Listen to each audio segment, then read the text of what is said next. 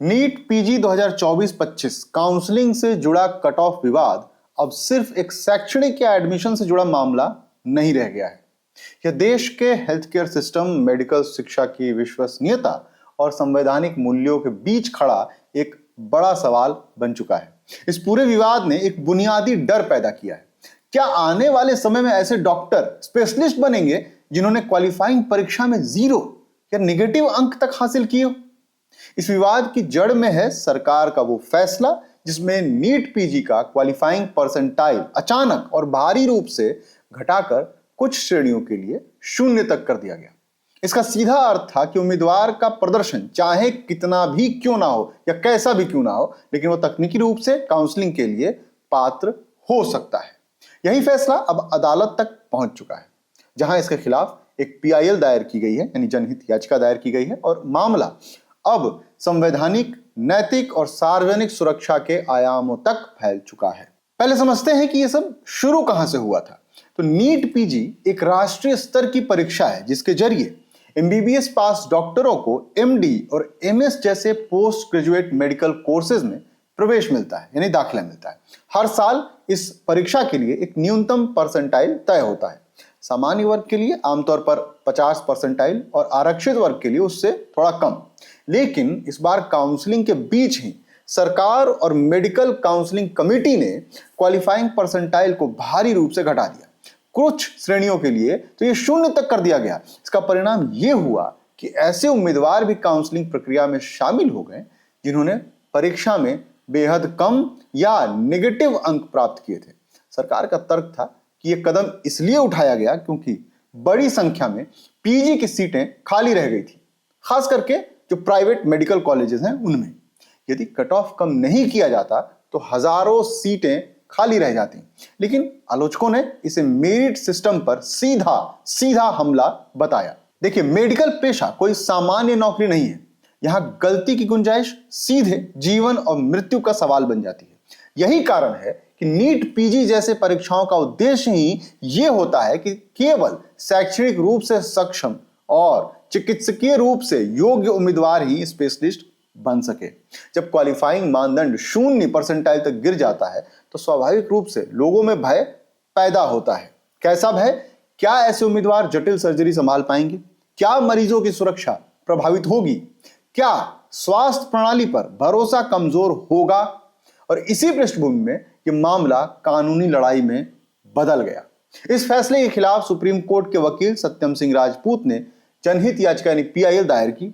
उनका तर्क है कि यह निर्णय संवैधानिक सिद्धांतों और जनहित दोनों के खिलाफ है।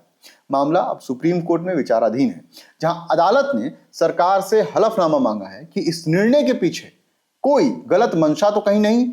यहीं से विवाद का संवैधानिक और कानूनी पहलू शुरू होता है।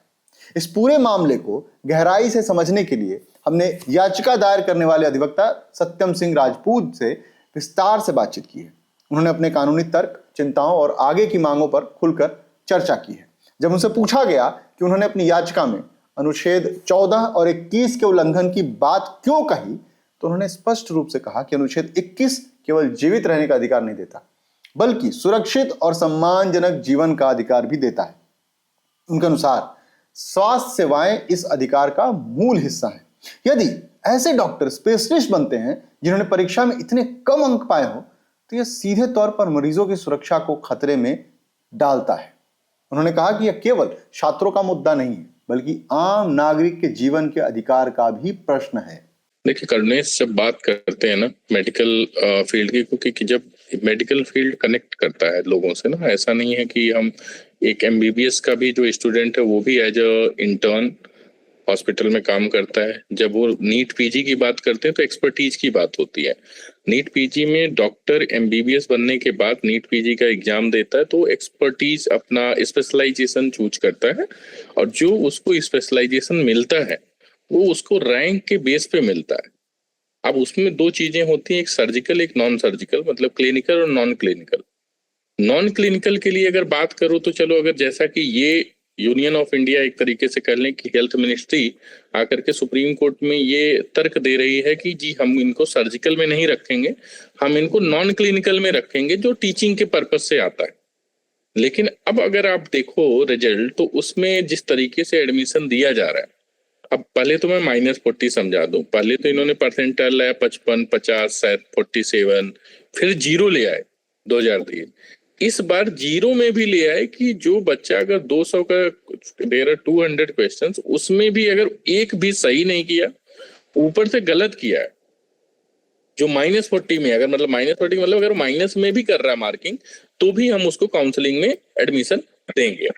अब ये कहते हैं, इनका दूसरा तर्क ये आता है कि काउंसलिंग का मतलब, जिस हिसाब से दिल्ली हाईकोर्ट में जो याचिका पड़ी थी जब डिसमिस हुआ, तो उसमें इन्होंने वही तर्क दिया कि हमारा जो काउंसलिंग में देने का मतलब, परमिशन देने का मतलब एडमिशन देना नहीं है। अब सवाल ये है कि काउंसलिंग का मतलब ही एडमिशन होता है। अगर हमें काउंसलिंग में पार्टिसिपेट करेंगे तभी तो हम एडमिशन लेंगे, दैट इज ए प्रोसेस। अब उस प्रोसेस को किस तरीके से ये घुमा रहे हैं, क्योंकि देखिए यहाँ पे कई सारे कनेक्टेड चीजें हैं। ऐसा मेजर कारण ये है कि एक तो प्राइवेट कॉलेजेस जो मशरूम्स की तरह खुले हुए हैं, उसमें सीट्स हैं, ठीक है। तो इसमें एक बहुत बड़ा प्राइवेट कॉलेजेस माफियाज का भी बहुत रोल है। उस कारण भी ये परसेंटेज डाउन हुआ है, क्योंकि उनके कॉलेजेस में जो कॉलेज खुले हुए उसकी सीटें भर नहीं रही हैं। पहला एक कारण ये है। दूसरा कारण इस तरीके से कि जब करते हैं आप ये कहते तो आप इसको जनरलाइज कर दीजिए। आप SC ST PW की बात करते हैं, पर्टिकुलर उसी सेक्शन की बात है। सवाल ये नहीं है कि उस पर्टिकुलर कैटेगरी के अगेंस्ट है या रिजर्वेशन के अगेंस्ट है। सवाल ये है कि यही कल को जाकर के देश की हेल्थ व्यवस्था संभालेंगे, और ये पेशेंट सेफ्टी, डॉक्टर सेफ्टी, और इस तरीके से एक मेडिकल पैटर्न की बात करता है, मेडिकल सेफ्टी की बात करता है, और इंटायर पैन इंडिया लेवल पे आप बात करते हैं कि हमारे की स्वास्थ्य व्यवस्था किस तरीके से, ये एक फाउंडेशन है जो देश की स्वास्थ्य व्यवस्था को निर्धारित करता है। अब अगर ये डॉक्टर कल को जाकर के, अभी जो -40 में अगर आप देखें तो लगातार कोई रेडियोलॉजी पा रहा है, कोई ऑर्थोपेडिक्स पा रहा है, तो इस तरीके के डिपार्टमेंट जो है, स्पेशलाइजेशन, इस तरीके के डिपार्टमेंट अलॉट हो रहे हैं इन बच्चों को। तो अगर इस तरीके से ये बच्चे कल को अगर बनेंगे तो किस बेस पे बनेंगे, क्योंकि यूजी ऑलरेडी कर चुके हैं MBBS, अब वो एक्सपर्टीज में है। आपने उनको अभी कहते हैं कि जैसे इनका दूसरा तर्क मैं बताऊं कि कोर्ट में इनका दूसरा तर्क है कि चूंकि वो ऑलरेडी डॉक्टर हैं, अगर ऑलरेडी डॉक्टर हैं तो नीट PG का एग्जाम क्रैक करें। अब आते हैं कि बात क्या है कि सुझाव क्या है। सुझाव ये है कि जो बहुत सारे जनरल OBC SC के बच्चे, जो जनरल OBC की बात करते हैं हम, क्योंकि उस कैटेगरी पे नहीं है, तो आप उस सीट अगर फिल नहीं हो पा रही तो उसको जनरलाइज कर दो कि हर किसी भी तबके का कोई भी बच्चा जिसका रैंक अच्छा है उस पे कर ले। अभी रिसेंटली जो है एक मध्य प्रदेश हाईकोर्ट या किसी हाईकोर्ट का वहां का एक केस है जिसमें वो बच्चे को 93 परसेंटाइल आने के बाद भी उसको सीट नहीं मिल पा रही है। तो ये कहीं ना कहीं देखिए अपने आप में इरेगुलरिटीज दिखाता है काउंसलिंग प्रोसेस को। कहीं ना कहीं ये, अब चूंकि आज सोशल मीडिया का दौर है तो आज सबको ही पता चल रहा है कि किस तरीके से एडमिशन हो रहे हैं। तो अपने आप में बड़ा दुर्भाग्यपूर्ण है। हम केस को लेकर के 23 तारीख की अगली डेट है, प्रयास यही है कि हम इसमें इस बीच में मेंशनिंग भी मूव करने के प्रयास में है कि इसको किसी तरीके से इस पर्टिकुलर प्रोसेस को रोका जाए। जब उनसे पूछा गया कि क्या इस निर्णय से निजी मेडिकल कॉलेज यानी प्राइवेट कॉलेज को लाभ पहुंचाने की कोशिश की गई है, तो उन्होंने कहा कि अदालत में उन्होंने एक स्पष्ट पैटर्न प्रस्तुत किया है। उनके अनुसार हर वर्ष जब निजी कॉलेजों की सीटें खाली रहती हैं तब कट ऑफ घटाने की प्रवृत्ति देखी जाती है। साथ ही निजी कॉलेजों में फीस अत्यंत ऊंची होती है, जिससे लाभ मुख्य रूप से उन्हीं उम्मीदवारों को मिलता है जो भारी फीस देने में सक्षम होते हैं। उन्होंने इसे व्यावसायिक लाभ के लिए मेरिट का उपयोग बताया। देखिए, प्राइवेट कॉलेजों के लिए सेटबैक ये है कि अगर आप करने ध्यान दें तो कॉलेजेस खुल रहे हैं, लगातार कॉलेजेस खुले जा रहे हैं। कॉलेजेस खुले जा रहे हैं तो कॉलेजेस में ऑब्वियस सी बात है सीट्स बढ़ेगा ही बढ़ेगा। अब सीट्स बढ़ेगा तो सीट फिल कैसे हो, क्योंकि कॉलेजेस, प्राइवेट कॉलेजेस का पर्पज क्या है, वो प्रॉफिट मेकिंग के लिए हो। कभी भी कोई भी जो है प्राइवेट कॉलेज ये कहे कि हम जो है एजुकेशन प्रोवाइड करने के लिए है, तो ये अपने आप में एक सैम है। उनका पहला पर्पज है कि प्रॉफिट मेकिंग होना चाहिए। आज अगर आप प्राइवेट कॉलेज की मेडिकल की अगर फीस देखो तो बेसिक जो फीस है वो 30 से 40 लाख रुपए एक MBBS कराने की। 40 लाख मतलब ये आपको मैं बेसिक फीस बता रहा हूं। 40 लाख 50 लाख नहीं तो अदरवाइज जो मेडिकल की फीस है डॉक्टरी करने की 1-1 करोड़ 2-2 करोड़ 3-3 करोड़ रुपए फीस है। तो ये एक बड़े स्तर का व्यापार है जो कहीं ना कहीं एक गवर्नमेंट के सपोर्ट से या गवर्नमेंट में अंदर बैठे लोगों के सपोर्ट से इस तरीके से चलाया जा रहा है। और इस पे कर्व करना चाहिए, क्योंकि ना तो इनके फीस पे कोई कंट्रोल है, ये जब चाहे जितनी चाहे फीस बढ़ा दें, कोई बॉन्ड रूल नहीं है, किसी भी तरीके का रूल नहीं है। तो ये सब चीजें कहीं ना कहीं एक समस्या प्रोवाइड करता है। उन्होंने ये भी बताया कि उन्होंने अपने तर्क में प्रीति श्रीवास्तव बनाम मध्य प्रदेश मामले का हवाला दिया है। इस ऐतिहासिक फैसले में सुप्रीम कोर्ट ने कहा था कि पोस्ट ग्रेजुएट मेडिकल शिक्षा में मानकों को कमजोर नहीं किया जा सकता। इस निर्णय में यह स्पष्ट कहा गया था कि विशेषज्ञ स्तर पर योग्यता का मानदंड और अधिक कठोर होना चाहिए, क्योंकि यहां डॉक्टर विशेषज्ञ बनने जा रहे होते हैं। देखिए, मैं ये बात करता हूं कि अब नासा में अगर कोई साइंटिस्ट है तो आप वो एलिजिबिलिटी पे जाएगा ना, आप उसको जो है क्या बोलते हैं, जस्ट बिकॉज कि इंटर में मतलब कैसा आया कैसा नहीं, सिर्फ वो 12th पास है, इस बेस पे तो आप उसको नहीं भेज सकते ना। सेम जब बात करते हैं हम कि नीट पीजी की बात करते हैं, अगेन मैं डिफरेंस बता रहा हूँ कि जब नीट यूजी और पीजी में मेजर जो डिफरेंस है, और डिफरेंस ये है कि नीट पीजी आपको स्पेशलाइजेशन प्रोवाइड करता है। नीट पीजी के बेस पे एक पूरा हॉस्पिटल खड़ा होता है। जो नीट पीजी से बच्चे जाते हैं वो एक तरीके से पूरे हॉस्पिटल को संभालते हैं, वो सीनियर रेजिडेंट के तौर पे जाने जाते हैं, वो जेआर नहीं होते हैं। तो आप इसीलिए उसका प्रीति श्रीवास्तव के जजमेंट की बात हो यहाँ पे कि उनका मानक जहां आपको और जो है स्ट्रांग करना चाहिए, जहां और टफ होना चाहिए, वहां पे आप इस तरीके से लो, तो भी बिलो स्टैंडर्ड। तो ये कहीं ना कहीं देखिए, मैंने क्या बोला कि सिर्फ हेल्थ जो मेडिकल एजुकेशन उसकी ही क्वालिटी नहीं, जब मेडिकल एजुकेशन की क्वालिटी डाउन होगी तो हेल्थ सिस्टम अपने आप डाउन होगा। और उसके साथ कई सारे, आप देखो, आप कहीं अगर ये जो वायलेंस हो रहा है पेशेंट से डॉक्टर्स के बीच में, जो टसल हो रहा, या जो झोला छाप तरीके से चीजें चल रही है, मतलब इस तरीके के रेट बढ़ रहे हैं, क्यों बढ़ रहे हैं?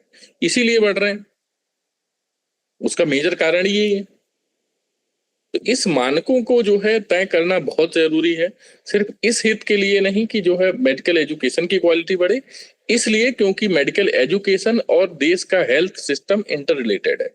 और दोनों अगर हम मेडिकल एजुकेशन से जो है कंप्रोमाइज करेंगे तो हमारे देश का जो हेल्थ सिस्टम है वो भी कंप्रोमाइज होगा। अदालत के अगले फैसले और उनकी अदालत से मांग पर उन्होंने बताया कि यदि अदालत इस नीति को असंवैधानिक घोषित करती है तो उनकी मुख्य मांग होगी कि तीसरे राउंड की काउंसलिंग के परिणाम रद्द किए जाए और पूरी प्रक्रिया को नए सिरे से संचालित किया जाए। देखिए, इसमें मेरा काउंसलिंग का क्या है कि जिन पर्टिकुलर लोगों को, हमारी डिमांड है जिन पर्टिकुलर लोगों को -40 के बेस पे एडमिशन दिया जाएगा उनका एडमिशन कैंसिल हो। और उनको, हमारा यही है, उस स्टे की ही बात थी, तो अगर स्टे नहीं था तो हमारा ये था कि subject to outcome of this petition, कि अगर ये उस पे आता है तो उन लोगों को कहीं दूसरे ब्रांच में आप शिफ्ट करो जिसमें आपको लगता है। मैं वही बता रहा हूँ ना कि ये कोर्ट में तो ये अलग कह रहे हैं, अब देखिए बाहर क्या हो रहा है वो देखा ही जा रहा है। -40 के बेस पे लगातार एडमिशन हो रहे हैं। कोर्ट में इनका कहना है कि जी हम इस तरीके से एडमिशन दिया जा रहा है कि नहीं, हम तो इनको क्लिनिकल में नहीं दे रहे, नॉन क्लिनिकल में दे रहे हैं। अब देखते हैं कोर्ट किस तरीके से अपनाता है। उन्होंने ये भी कहा कि उनका उद्देश्य किसी उम्मीदवार को दंडित करना नहीं, बल्कि व्यवस्था की विश्वसनीयता को पुनर्स्थापित करना है। यह विवाद केवल एक प्रवेश नीति का मुद्दा नहीं है, बल्कि इसके प्रभाव भविष्य में गंभीर हो सकते हैं। सबसे बड़ा खतरा स्वास्थ्य सेवाओं की गुणवत्ता पर पड़ेगा। यदि कम योग्यता वाले डॉक्टर विशेषज्ञ बनते हैं तो उपचार की गुणवत्ता में गिरावट आ सकती है। दूसरा बड़ा प्रभाव मेरिट प्रणाली पर विश्वास के संकट के रूप में सामने आ सकता है। सरकार का कहना है कि निर्णय व्यवहारिक आवश्यकता के तहत लिया गया, क्योंकि बड़ी संख्या में सीटें खाली रह गई थी और देश में विशेषज्ञ डॉक्टरों की कमी है। उनका तर्क है कि सीटें खाली रहना राष्ट्रीय संसाधनों की बर्बादी है। लेकिन बड़ा सवाल यह है कि डॉक्टरों की कमी का समाधान मानकों को कमजोर करना नहीं हो सकता। यह विवाद एक बेहद जरूरी सवाल को सामने लाता है। क्या प्राथमिकता सीटें भरने को दी जानी चाहिए या चिकित्सा शिक्षा के उच्च मानकों को बनाए रखने का? विशेषज्ञों की राय आमतौर पर स्पष्ट है कि चिकित्सा क्षेत्र में गुणवत्ता से समझौता नहीं किया जा सकता। नीट पीजी कट ऑफ विवाद ने भारत की मेडिकल शिक्षा प्रणाली की संरचनात्मक चुनौतियों को उजागर कर दिया है। एक तरफ विशेषज्ञ डॉक्टरों की कमी है, दूसरी तरफ गुणवत्ता और मेरिट का प्रश्न। इस याचिका ने इस बहस को कानूनी और संवैधानिक स्तर तक पहुंचा दिया है। यहां अब सवाल केवल प्रवेश नीति का नहीं बल्कि नागरिकों के सुरक्षित स्वास्थ्य अधिकार का बन चुका है। अंत में अदालत का निर्णय चाहे जो हो, यह विवाद एक स्पष्ट संदेश दे चुका है कि मेडिकल एजुकेशन में गुणवत्ता से समझौता लंबे समय तक टिकाऊ नहीं हो सकता। मेरा नाम है करुणेश और आप देख रहे हैं बजर बट्टू दुनिया। ऐसी और भी तमाम वीडियोस के लिए हमारे इस चैनल को सब्सक्राइब जरूर कर लीजिएगा।